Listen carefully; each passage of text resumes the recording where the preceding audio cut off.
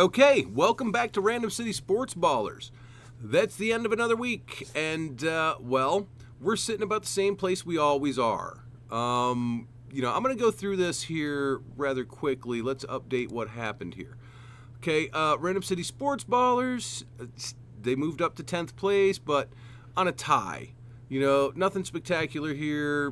Pretty average, decent numbers, nothing great. Random City Sports Ballers C6 took a big loss that's going to knock them from playoff position in 4th place down to 7th place. Not that bad. Just a bad week. Look at this. Even 2 home runs. Look at this ERA and whip were just disastrous. All right, moving on. This Random City Sports Ballers F2 got hit even harder this week. Lost 1-9. That puts them down in 11th place. This F2, man, they're having a rough time. But look, there's some better numbers here than with the previous team. So, it is what it is. Random City Sports Ballers C3 took a loss to stay out of playoff position. And Random City Sports Ballers C2 fell to 6th place on a 3-7 loss. Looking over here, Random City Sports Ballers letter C moves down to 8th place from 7th place. Random City Sports Ballers W stays in 1st place, or moves up to 1st place, on a 3-6 loss. Well, tells you these Beast Titans had a rough one. But they do. Beast Titans lost 7-3. So they just happened to lose by a half a game more than I did. So, okay. Cool. Empire Strikes Out. We're looking at 3rd place.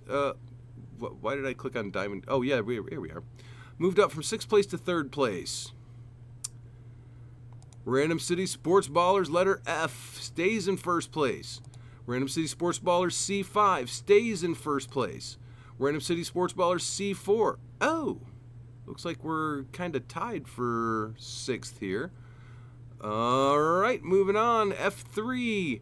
Okay, 2nd place, moved up a little bit. And finally, WK stayed in 5th place. So we had a lot of good weeks there, fellas. We had a lot of good things happen. I want to talk about a fellow we talked about previously. Let's go ahead and hit this to matchup totals.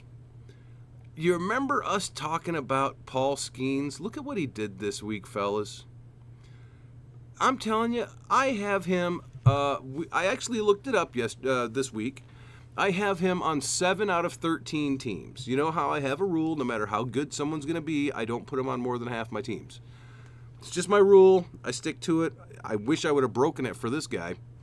But he had 6 innings, 11 strikeouts in those 6 innings, no runs, and only gave up 1 walk. I believe I had mentioned that he was going to have a turnaround game after that disastrous first outing where his nerves had to be getting him. I mean, think about being in his, position at that young age.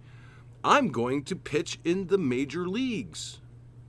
It had to tear him up. I'll bet those coaches worked on his ego so freaking well this week.